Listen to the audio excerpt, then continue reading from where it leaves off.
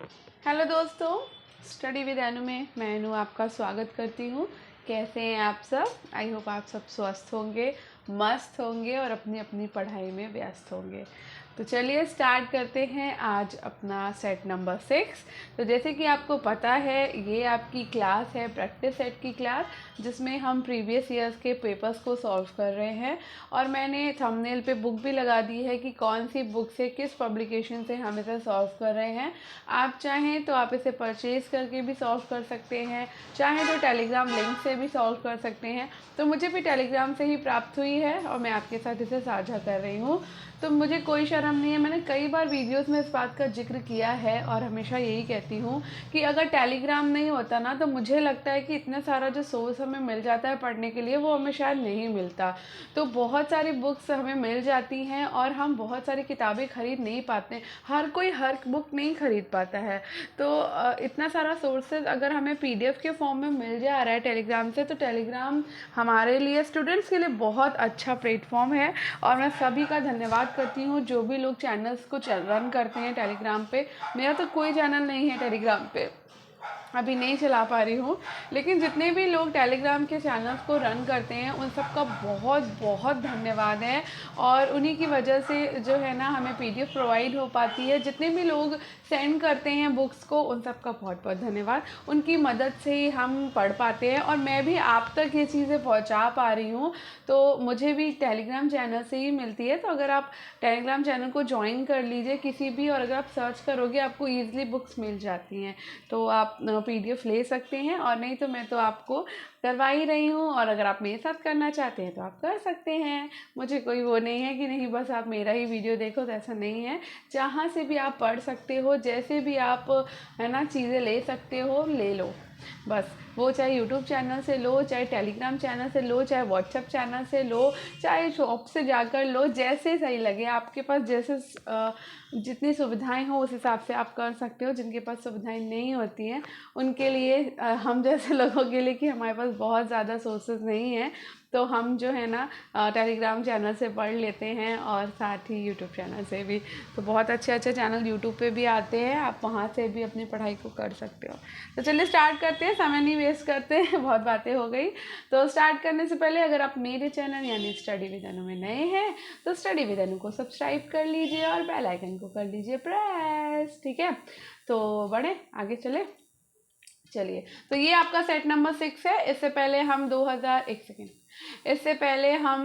2021 का paper solve कर चुके हैं, 2019 का पेपर सॉल्व कर चुके हैं, 2013 का पेपर सॉल्व कर चुके हैं, 2011 का पेपर सॉल्व कर चुके हैं, और शायद 2010 का भी सॉल्व कर चुके हैं। अब हम 2009 का सॉल्व करने वाले हैं, ठीक है। चलिए स्टार्ट करते हैं।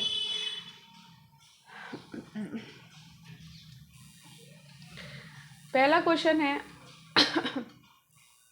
हर्ष के काल में भारत में किसने यात्रा की थी? तो हर्ष के काल में भारत में यात्रा करने वाला जो यात्री था वो हेन सॉन्ग था, ठीक है। हुएन सॉन्ग कुछ लोग कहते हैं, कुछ हेन सॉन्ग कहते हैं। तो जो आपको नाम समझ आता है वो आप याद कर लीजिए। तो हर्ष के समय हेन सॉन्ग, युआन चुआंग भी नाम इसका एक आता है, भारत आया था। हेन सॉन्ग का जन्म 600 ईस्वी के लगभग चीन के होनन प्रांत के चीन लियू नामक स्थान में हुआ था और उसके पिता का नाम चेन हुई था। 637 में हेन सॉन्ग नालंदा विश्वविद्यालय गया और यहाँ के कुलपति आचार्य सीलभद्र थे। वो पल्लवों की राजधानी कांची भी गया था, ठीक है। नेक्स्ट क्वेश्चन है, निम्नलिखित में से कौन सी सिंधु घाटी सभ्यता की सबसे प्रमुख विशेषता थी? तो सिंधु घाटी सभ्यता की सबसे प्रमुख विशेषता थी वहाँ का नगर योजना। 1921 से 22 में राखालदास बनर्जी और दयाराम साहनी के नेतृत्व में हड़प्पा और मोहनजोदड़ो की खुदाई हुई और खुदाई में विकसित अवस्था में नगरों में अवशेष प्राप्त हुए। भारत के इतिहास में सर्वप्रथम नगरों का उदय सैंधव सभ्यता से ही मिलता है, जो सिंधु घाटी की सबसे प्रमुख विशेषता है। नेक्स्ट क्वेश्चन है, इंद्र को ऋग्वेद में किस नाम से पुकारा गया? तो भाई ये है पुरंदर नाम से। ऋग्वेद में इंद्र का उल्लेख 250 बार हुआ है। ऋग्वैदिक देवताओं में इंद्र का प्रमुख स्थान है।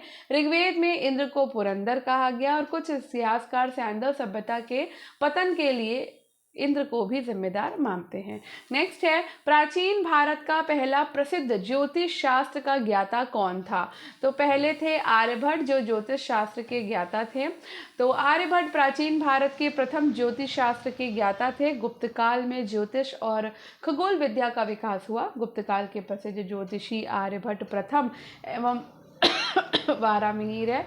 आर्यभट्ट प्रसिद्ध खगोलविद होने के साथ साथ महान गणितज्ञ भी थे। आर्यभट्ट का जन्म पाटलिपुत्र में 476 ईस्वी के लगभग हुआ। 23 वर्ष की आयु में 499 ईस्वी में उन्होंने अपने ग्रंथ आर्यभट्टयम की रचना करी थी।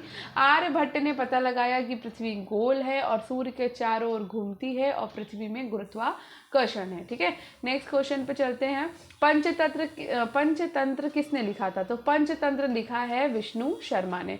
विष्णु शर्मा ने पंचतंत्र की रचना की। ये एक प्रसिद्ध कथा संग्रह है जिसमें प्राचीन काल के अनेक कथाओं का संकलन किया गया। विष्णु शर्मा गुप्त काल की विभूति थे। कहा जाता है कि इनकी रचना अमरकीर्ति नामक राजा के मूर्ख पुत्रों को शिक्षा देकर विद्वान बनाने के उद्देश्य से की गई थी। पंचतंत्र का अनुवाद कई भाषाओं में किया गया है। नेक्स्ट क्वेश्चन है, किस बौद्ध संगीति में बौद्ध धर्म को हीनयान और महायान शाखाओं का उदय हुआ? तो हीनयान और महायान जो है चौथी बौद्ध संगीति में बन गया था। ठीक है, तो चौथी बौद्ध संगीति कुषाण शासक कनिष्क के शासनकाल में हुई थी। कहाँ? कश्मीर के कुंडल वन में। और इसकी अध्यक्षता वसुमित्र ने की थी और उपाध्यक्ष इसके अश्वघोष थे। ये समय बौद्ध धर्म हीनयान और महायान नामक दो स्पष्ट और स्वतंत्र संप्रदायों में विभक्त हो गया। विभाषा शास्त्र नामक ग्रंथ की रचना इसी समय वसुमित्र के द्वारा की गई थी। नेक्स्ट है, रामायण के रचयिता कौन है? तो सबको पता है, रामायण के रचयिता वाल्मीकि हैं। रामायण की रचना महर्षि वाल्मीकि ने संस्कृत भाषा में की थी। अनंतर 16वीं शताब्दी में रघुकुल तिलक गोस्वामी तुलसीदास ने भगवान राम के मधुर चरित्र का वर्णन अपने पावन ग्रंथ अवधी भाषा में रामचरितमानस में किया है। नेक्स्ट है, बौद्ध दर्शन का दार्शनिक विवेचन किस ग्रंथ में मिलता है? तो दार्शनिक विवेचन हमें मिलता है अभिधम्म पिटक में। महात्मा बुद्ध की मृत्यु के उपरांत उनकी शिक्षाओं को संकलित करके 3 पिटकों में विभाजित किया गया, विनय पिटक, ठुत्त पिटक और अभिधम्म पिटक। विनय पिटक में संघ संबंधी नियम, जीवन संबंधी आचार विचार, विधि विधान आदि का संग्रह है। सुत्त पिटक में बौद्ध धर्म के सिद्धांत उपदेशों का संग्रह है। अभिधम्म पिटक में दार्शनिक सिद्धांतों का संग्रह है। अभिधम्म पिटक का संकलन तृतीय बौद्ध संगीति में अशोक के समय पे हुआ था। नेक्स्ट है, मुद्रा राक्षस किसने लिखा है? तो मुद्रा राक्षस विशाखदत्त ने लिखा है। गुप्त युग में साहित्य और विज्ञान के क्षेत्र में अभूतपूर्व प्रगति हुई। विशाखदत्त इस काल के अति प्रसिद्ध नाटककार हुए जिन्होंने मुद्रा राक्षस एवं देवी चंद्रगुप्तम नामक नाटक ग्रंथों की रचना संस्कृत भाषा में की थी। ये दोनों ग्रंथ राजनीतिक घटनाओं से परिपूर्ण हैं। ठीक है, नेक्स्ट क्वेश्चन है, निम्नांकित को कालक्रम के अनुसार सजाइए और कूट का उपयोग करते हुए उपयुक्त विकल्प को चुनिए। तो भाई सबसे पहले चाणक्य, उसके बाद आ जाएगा कलिंग का युद्ध, फिर आ जाएगा चंद्रमा गुप्त विक्रमादित्य, फिर उसके बाद आएगा कनिष्क, नहीं सॉरी चंद्रगुप्त विक्रमादित्य तो बाद में आएंगे भाई, कनिष्क आएंगे पहले, उसके बाद चंद्रगुप्त विक्रमादित्य आएंगे। ठीक है, ये रॉन्ग हो गया। तो चाणक्य मौर्य साम्राज्य के संस्थापक चंद्रगुप्त मौर्य 323 ईसा पूर्व का प्रधानमंत्री था और 261 में कलिंग का युद्ध हुआ है और उस समय अशोक मौर्य वंश के शासक थे। कनिष्क का राज्यारोहण 78वीं ईस्वी को हुआ और 375 में 415 तक चंद्रगुप्त विक्रमादित्य ने भारत पर शासन किया। भारत का नेपोलियन किसकी उपाधि है? तो भाई समुद्रगुप्त को कहा जाता है भारत का नेपोलियन। ठीक है, समुद्रगुप्त को भारत का नेपोलियन कहा जाता है। समुद्रगुप्त की उपलब्धियों का जो विवरण हमें प्रयाग प्रशस्ति से मिलता है उसमें आर्यव्रत के राजाओं का उन्मूलन तथा सुदूर दक्षिण के राज्यों की विजय उसकी उत्कृष्ट सैनिक प्रतिभा के परिचायक हैं। इतिहासकार स्मिथ ने समुद्रगुप्त की वीरता पर मुग्ध होकर उसे भारत का नेपोलियन कहा। उसकी एक उपाधि अप्रतिरथा भी मिलती है। नेक्स्ट क्वेश्चन देखते हैं, किस मुख्य उद्देश्य से अशोक ने अपनी प्रजा में धम्म का प्रचार किया? तो अपनी प्रजा के नैतिक और आध्यात्मिक विकास हेतु। ठीक है, अशोक ने अपनी प्रजा के नैतिक और आध्यात्मिक विकास हेतु धम्म का प्रचार किया। धम्म संस्कृत के धर्म का ही प्रकृत रूपांतरण है। प्राकृत धर्म तथा उसका प्रचार अशोक के विश्व इतिहास में प्रसिद्ध होने का सर्वप्रधान कारण है। दूसरी ओर 7वें स्तंभ लेखों में धम्म से संबंधित बातों का उल्लेख मिलता है। राष्ट्रकूट वंश का महान शासक कौन था? तो राष्ट्रकूट वंश का महान शासक था, बताइए कौन था? तो ये था गोविंद तृतीय। मानखेद के राष्ट्रकूट वंश का पहला शासक दंती वर्मा।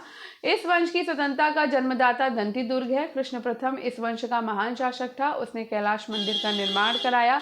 कृष्ण प्रथम के बाद अंतिम महान शासक गोविंद तृतीय हुआ और इसके विजयों का उल्लेख संजन लेख में है। नेक्स्ट है, निम्नलिखित में से कौन सा राजा जैन सन्यासी हो गया? तो जैन सन्यासी जो है वो चंद्रगुप्त मौर्य हो गए थे। जैन साहित्य से पता चलता है कि चंद्रगुप्त मौर्य अपने जीवन के अंतिम दिनों में जैन हो गए और भद्रबाहु की शिष्यता ग्रहण कर ली और अपने पुत्र के पक्ष में सिंहासन त्याग कर तपस्या करने श्रवणबेलगोला चला गया और 298 ईसा पूर्व में चंद्रगुप्त मौर्य ने संलेखना पद्धति के द्वारा प्राण त्याग दिया। सिकंदर ने भारत पर कब आक्रमण किया? तो सिकंदर ने भारत पर आक्रमण 327 ईसा पूर्व में किया। हकामनी साम्राज्य का विनाश करने के पश्चात सिकंदर ने उसके सबसे पूर्वी भाग में स्थित बल्ख बैक्ट्रिया के प्रांत में एक उपनिवेश की स्थापना करी और इसी स्थान से उसने भारतीय विजय के लिए कूच किया। 327 ईसा पूर्व के बसंत में सिकंदर ने सिंधु नदी पार कर भारत भूमि पर कदम रखा। नेक्स्ट क्वेश्चन है, चरक किस शासक के दरबार में रहते थे? तो चरक जो थे वो कनिष्क के दरबार में रहते थे। ठीक है, कनिष्क विद्या का उदार संरक्षक था और उसके दरबार में उच्च कोटि के विद्वान और दार्शनिक निवास करते थे। कनिष्क के दरबार में आयुर्वेद के विख्यात विद्वान चरक निवास करते थे। वे कनिष्क के राजवैद्य थे जिन्होंने चरक संहिता की रचना करी और ये औषधि शास्त्र से संबंधित प्राचीनतम रचना है।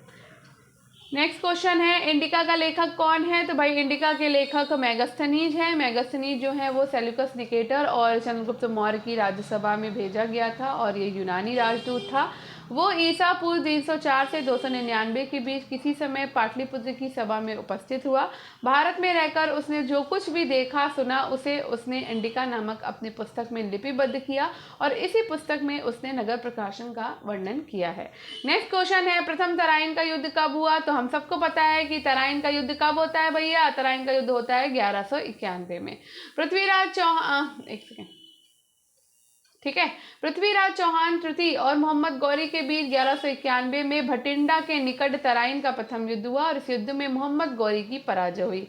हम्मीर महाकाव्य के अनुसार पृथ्वीराज ने मोहम्मद गौरी को कैद कर लिया परंतु उत्साहपूर्वक उसे छोड़ दिया। नेक्स्ट क्वेश्चन है, विजयनगर राज्य की स्थापना किसने करी है? तो हम सभी को पता है विजयनगर राज्य की स्थापना हरिहर और बुक्का ने की थी, है ना? ठीक है, चलिए डिस्क्रिप्शन देख लेते हैं। तो 1336 ईस्वी में भारत के दक्षिणी पश्चिमी तट पर विजयनगर राज्य की स्थापना करने का श्रेय हरिहर और बुक्का नाम के दो भाइयों को जाता है। विजयनगर का प्रथम शासक हरिहर प्रथम तथा वो 1336 से 1356 तक शासन किया और उसकी प्रारंभिक राजधानी अनाकोंडी तथा बाद में विजयनगर राजधानी बनी। नेक्स्ट क्वेश्चन है, मोहम्मद तुगलक द्वारा चलाई गई सांकेतिक मुद्रा किस धातु की थी? तो हम सबको पता है भैया उन्होंने तांबे की मुद्रा चलाई थी, है ना, बगलैट। बर्नी के अनुसार खजाने में धन की कमी और साम्राज्य की नीति को कार रूप में परिणित करने के कारण मोहम्मद तुगलक ने सांकेतिक मुद्रा चलानी पड़ी और ईरान में कैखातू खां के समय में सांकेतिक मुद्रा चलाई गई थी। बर्नी ने इस सांकेतिक सिक्का को तांबे का बताया और फरिश्ता ने पीतल होने की बात कही है। नेक्स्ट क्वेश्चन है, निम्नलिखित को कालक्रम के अनुसार सजाइए और दिए गए कूट का उपयोग करते हुए उपयुक्त विकल्प का चयन कीजिए। तो भैया बताओ कौन कब कहाँ कैसे आया? गुलाम वंश आया, तुगलक वंश आया, सैयद वंश आया, लोदी वंश आया? बताओ बताओ बताओ, जल्दी बताओ।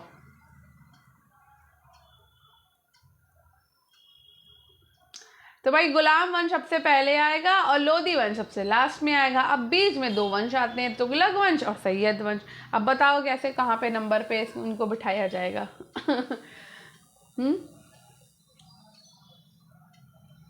तो भाई देखो, पहले आएगा गुलाम वंश, फिर उसके बाद आएगा तुगलक वंश, फिर आएगा सैयद वंश, फिर आएगा लोदी वंश। आयो देख लेते हैं। गुलाम वंश की स्थापना कुतुबुद्दीन ऐबक ने की थी, ठीक, 1206 से 1290 तक चला। फिर उसके बाद खिलजी वंश आया। खिलजी वंश की स्थापना जलालुद्दीन खिलजी ने की थी, 1290 से 1320 तक चला। उसके बाद आया तुगलक वंश। तुगलक वंश की स्थापना 1320 से 1414 तक रही। और फिर उसके बाद सैयद वंश का प्रारंभ खिज्र खां ने किया था 1414 में, जो 1450 तक चला, ठीक है। और लोधी वंश जो है वो 1451 से 1556 में समाप्त हुआ था, ठीक है। आगे बढ़ते हैं। नेक्स्ट है, निम्नलिखित घटनाओं को कालक्रम की दृष्टि से सजाइए और नीचे दिए गए कूट के आधार पर उत्तर का चयन कीजिए। तो भाई तराइन का प्रथम युद्ध कब हुआ? तो अभी हमने देखा था 1191 में हुआ था। तैमूर का आक्रमण कब हुआ? कुतुब मीनार का निर्माण कब हुआ? राजधानी का स्थानांतरण कब हुआ? तो बताओ भाई सारा चीज़ें। तो भाई देखो यहाँ नीचे देख लेते हैं, टाइम नहीं बर्बाद करते हैं। तराइन का प्रथम युद्ध हुआ था 1191 में, ठीक, मोहम्मद गोरी और पृथ्वीराज चौहान के बीच। उसके बाद मोहम्मद तुगलक के द्वारा 1327 में राजधानी जो है वो दिल्ली से देवगिरी ले जाई गई। फिर 1398 में भारत पर तैमूर का आक्रमण हुआ, जबकि कुतुब मीनार का जो निर्माण है वो कुतुबुद्दीन ऐबक ने 1199 में किया था और इल्तुतमिश के समय में इसका निर्माण कार्य पूरा हुआ है।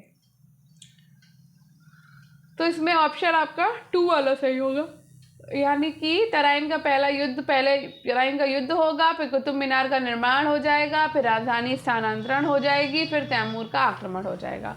नेक्स्ट है, वो कौन सा मुस्लिम यात्री था जो विजयनगर के दरबार में आया था? तो हम सबको पता है विजयनगर दरबार में कौन आया था? अब्दुल रज्जाक।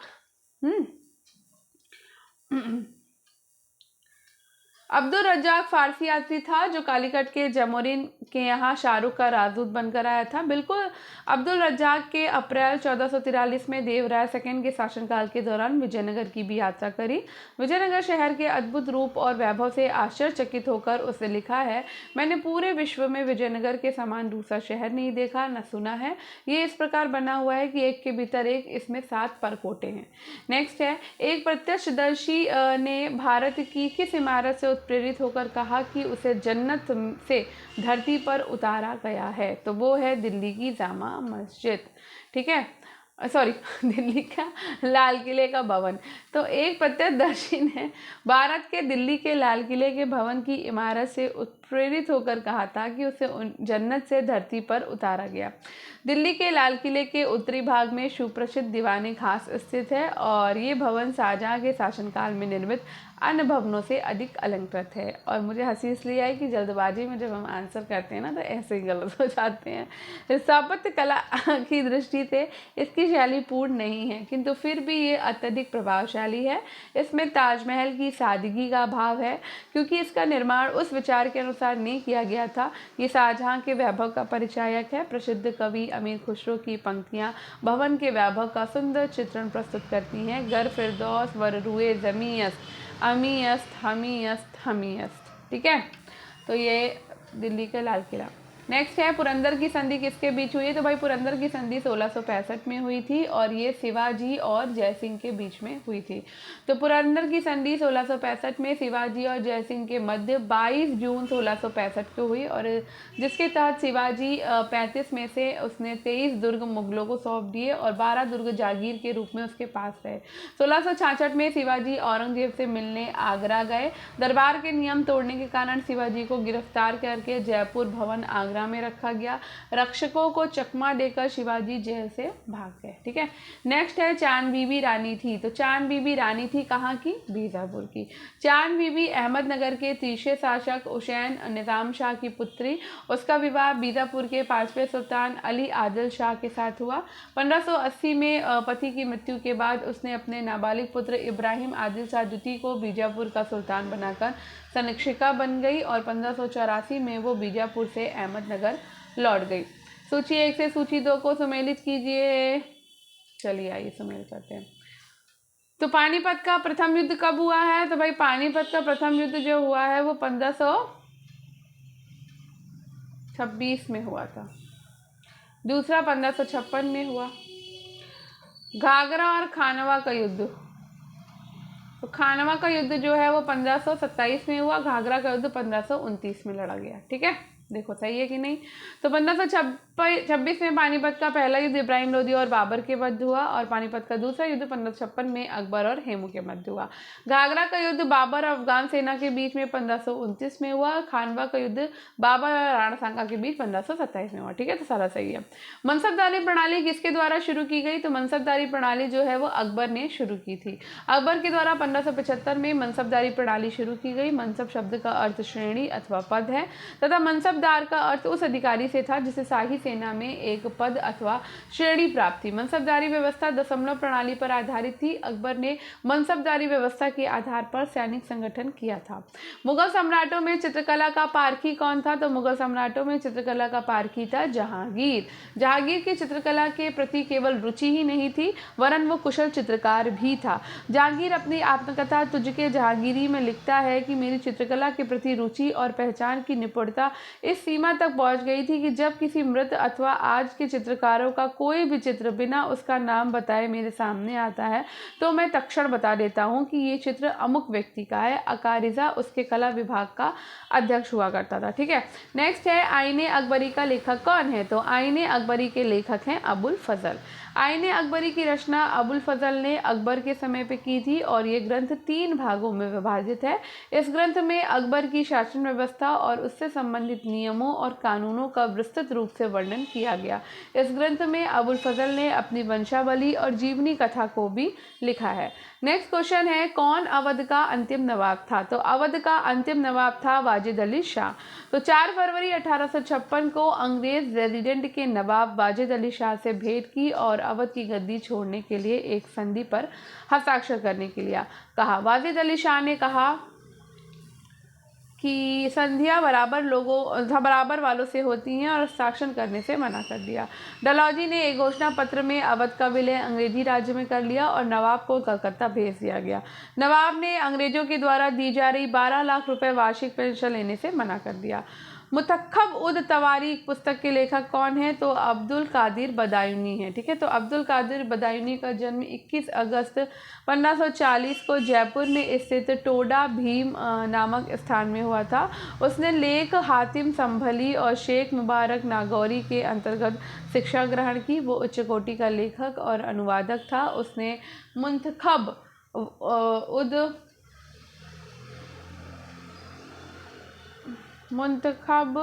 उद तवारीख एवं किताबुल अहादीस की रचना कर बादशाह अकबर को समर्पित किया था।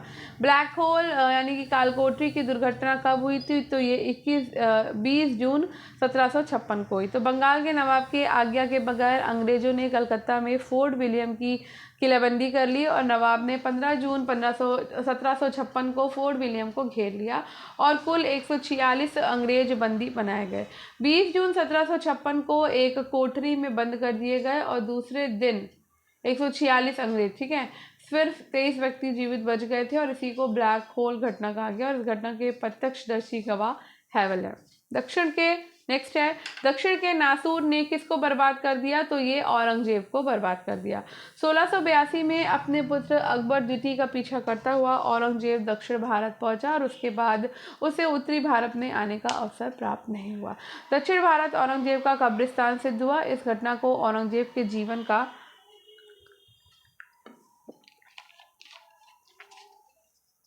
नासूर कहा जाता है। ठीक है, नेक्स्ट है अकबर के दरबार का एक विख्यात हिंदी कवि कौन था? वो थे अब्दुल रहीम। अकबर के युग में हिंदी केवल हिंदुओं की धरोहर नहीं थी बल्कि उस पर मुसलमानों का भी अधिकार था। उनकी रचनाएं उनकी रचनाएं आश्चर्यजनक हैं। फारसी, अरबी, तुर्की, हिंदी, संस्कृत के समान मनमग्न अब्दुल रहीम खानखाना सबसे प्रमुख थे। हिंदी काव्य का कोई इतिहास खानखाना के सम्मान के उल्लेख के बिना अपूर्ण है। रहीम के दोहे आज भी प्रचलित है। नेक्स्ट है वाक़ियाते बाबरी है। तो वाक़ियाते बाबरी बाबरनामा नाम से चर्चित बाबर की एक आत्मकथा है। वाक़ियाते बाबरी, ठीक है, चलिए आगे बढ़ते हैं। वाक़ियाते बाबरी या बाबरनामा बाबर की आत्मकथा है और उसने अपनी आत्मकथा मातृभाषा चगताई तुर्की में लिखी जिसे तुझके बाबरी, वाक़ियाते बाबरी या साधारण रूप में बाबरनामा जैसे विभिन्न नाम दिए गए हैं। बाबर ने अपनी आत्मकथा में विजयनगर और मेवाड़ जैसे हिंदू राज्यों का उल्लेख किया है। नेक्स्ट है शेरशाह सूरी अपने किस कार्य के लिए सर्वाधिक प्रसिद्ध हैं? तो शेरशाह सूरी ने जो है वो प्रशासनिक सुधार बहुत अच्छे से किए थे। तो शेरशाह के बचपन का नाम फरीद था। मत करो, बंद करो। शेरशाह के बचपन का नाम फरीद था। शेरशाह ने सत्ता प्राप्त करने के बाद अनेक सुधार किए, लेकिन उसके प्रशासनिक सुधार महत्वपूर्ण थे। उसकी लगान व्यवस्था नवीन थी। शेरशाह मध्ययुग के महान शासक प्रबंधकों में से एक था और शासन प्रबंधन के रूप में उसे अकबर का अग्रगामी कहा जाता है। नेक्स्ट है किस क्रम में यूरोपीय लोग व्यापार करने हेतु भारत आए थे? तो पुर्तगाली आए, फिर डच आए, फिर फिर अंग्रेज आए और फिर फ्रांसीसी आए। तो 17 मई 1498 को वास्को डी गामा कालीकट पहुंचा था, जो कि पुर्तगाली था। राजा जैमोरिन ने उसका स्वागत किया और इस प्रकार यूरोपियों का आगमन शुरू हुआ। 1602 में डच कंपनी का भारत में आगमन हुआ। फिर 1608 में अंग्रेजों ने भारत में अपनी पहली फैक्ट्री लगाई और फिर 1664 में फ्रांसीसी कंपनी का भारत में आगमन हो गया। नेक्स्ट है कि पहली रेलवे लाइन भारत में किसके समय में बिछाई गई थी? तो ये डलहौजी के समय पे बिछाई गई थी। भारतीय सुरक्षा और आंतरिक संचार व्यवस्था को बढ़ाने के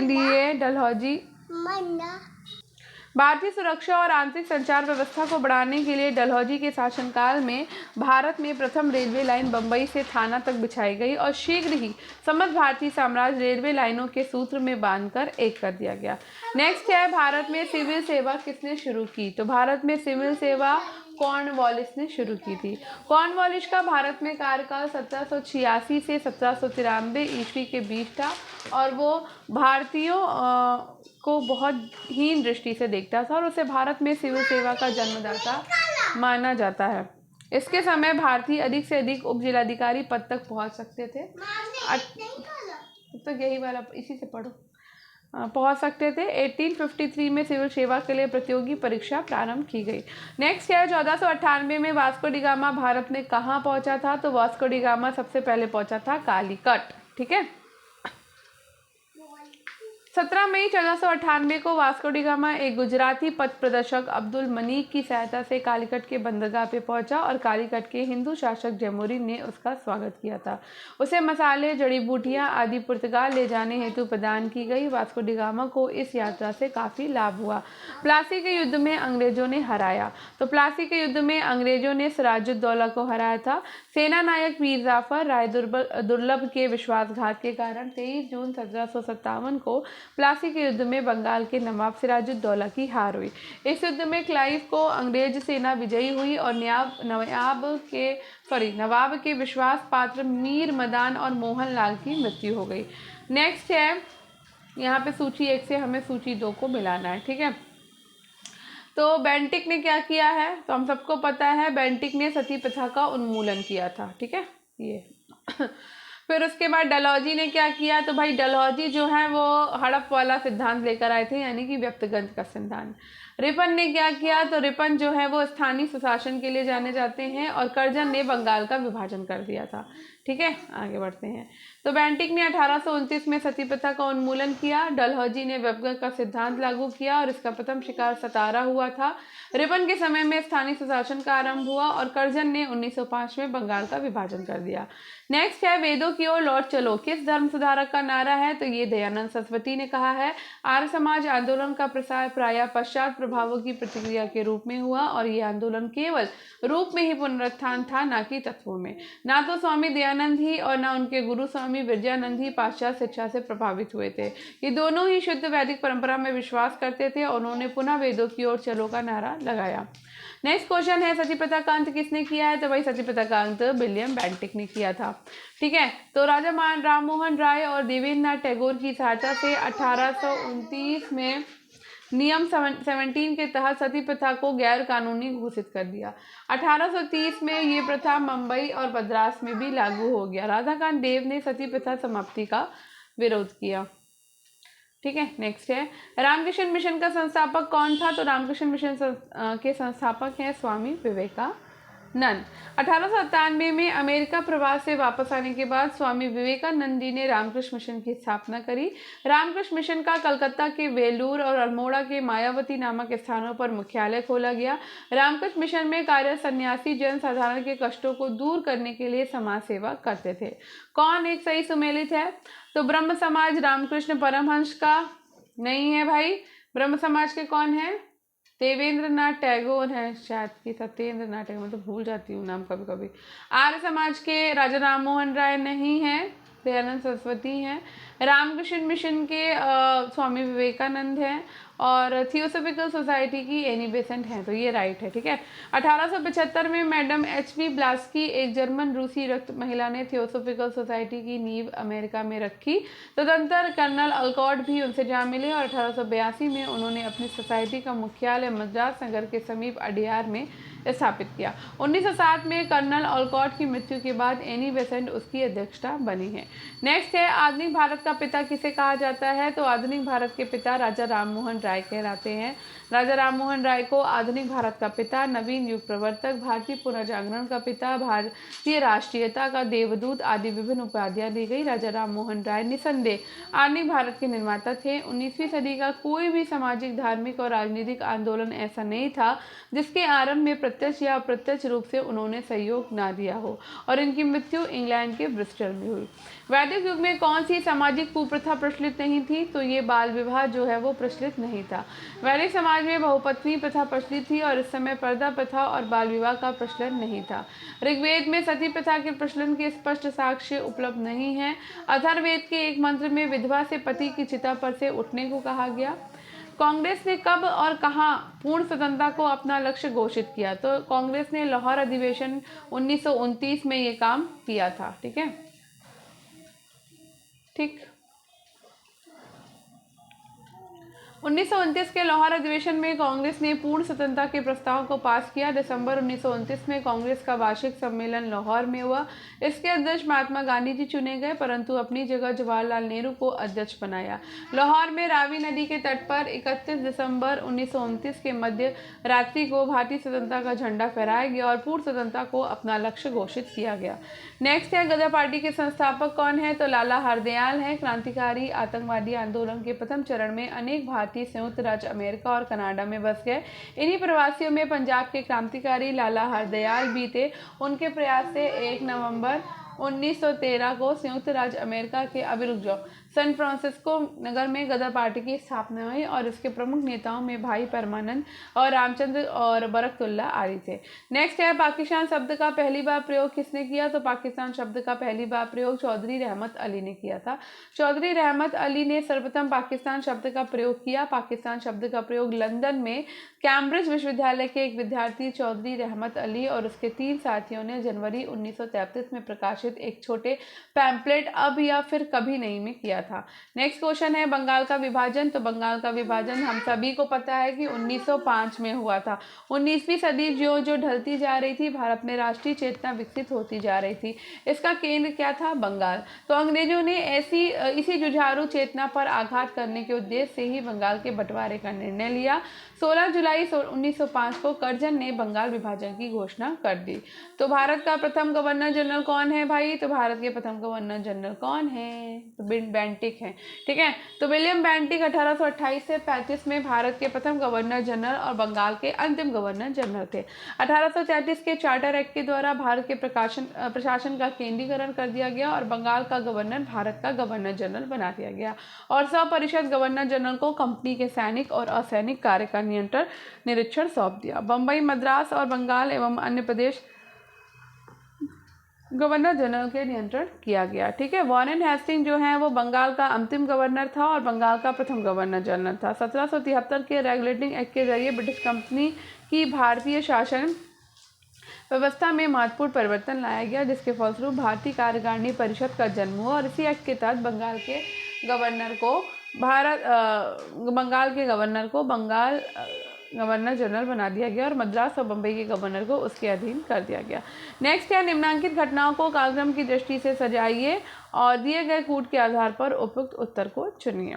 तो भाई भारतीय राष्ट्रीय कांग्रेस तो पता है भाई 1885 में बनी है।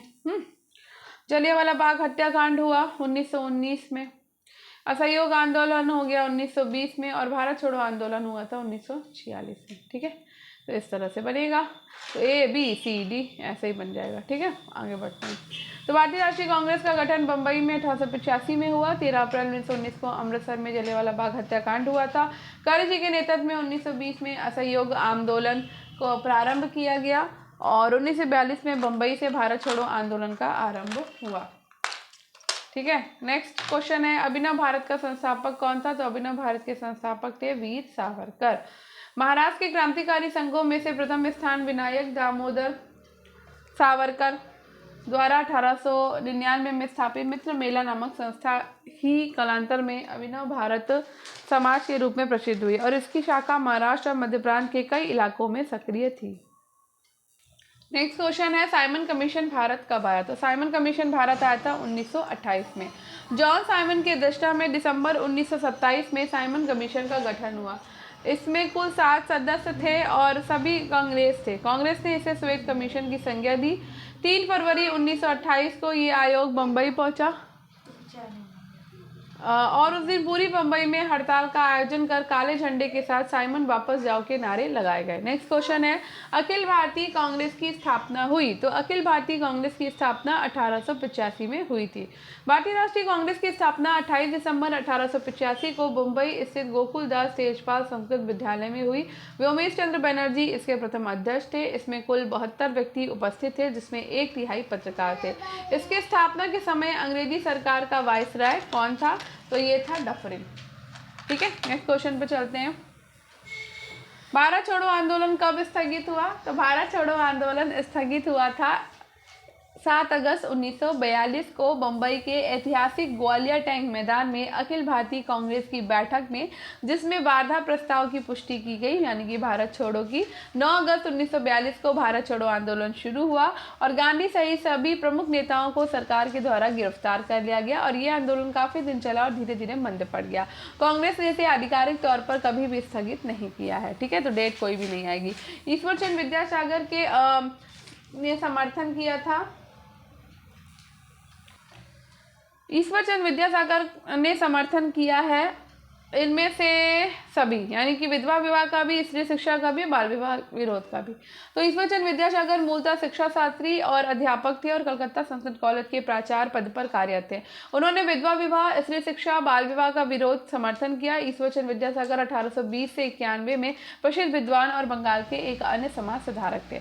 नेक्स्ट है, उड़ीसा का प्राचीन नाम क्या है? तो उड़ीसा का प्राचीन नाम है उत्कल। उड़ीसा का प्राचीन नाम उत्कल मिलता है केशरी वंश के राजाओं की 44 पीढ़ियों ने 4वीं सदी ईस्वी के उत्तरार्ध से 11वीं सदी ईस्वी के पूर्वार्ध तक उत्कल पर शासन किया। केसरी वंश के नरेशों ने भुवनेश्वर को लगभग 7 सहस्त्र मंदिरों से अलंकृत किया था। नेक्स्ट है, कब भारतीय साम्यवादी दल की स्थापना हुई थी? तो ये 1924 में हुई। 1 सितंबर 1924 को भारत ने कानपुर संयंत्र के मुकदमे में अंत होते ही सत्य भगत ने ये घोषणा कर दी कि उसने भारतीय साम्यवादी दल की स्थापना कर दी और वो स्वयं ही उसका सचिव बन गया। इसकी अध्यक्षता सिंगार वेलू ने की थी और इसका कार्यालय 1925 में बम्बई स्थानांतरित किया गया।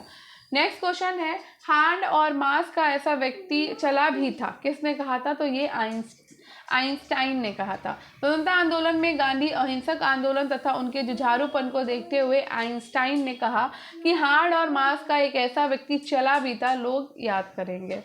तो इसी के साथ ही हमारा ये वाला जो है फिनिश होता है और कल हम सेट नंबर 7 करेंगे, जिसमें हम 2005 का अपना TTT का पेपर सॉल्व करेंगे। तो कैसा लगा आपको आज की क्लास? अगर आपको आज की क्लास ये पसंद आई हो तो वीडियो को लाइक कर दीजिएगा, शेयर कर दीजिएगा और सब्सक्राइब कर लीजिएगा। और स्टडी विद अनु के साथ कनेक्टेड रहिए। स्टडी विद अनु को लाइक करिए, स्टडी विद अनु को सब्सक्राइब करिए, बेल आइकन को प्रेस करिए और स्टडी विद अनु को शेयर भी करिए। ठीक है, तो धन्यवाद। मिलते हैं नेक्स्ट वीडियो में, नेक्स्ट क्लास में। आई होप आपको क्लासेस पसंद आ रही होंगी, तो प्रैक्टिस करते रहिए, बहुत ज़रूरी है प्रैक्टिस करना। ठीक है, मिलते हैं कल अपने 2005 के इस पेपर के साथ। ठीक है, चलिए बाय बाय।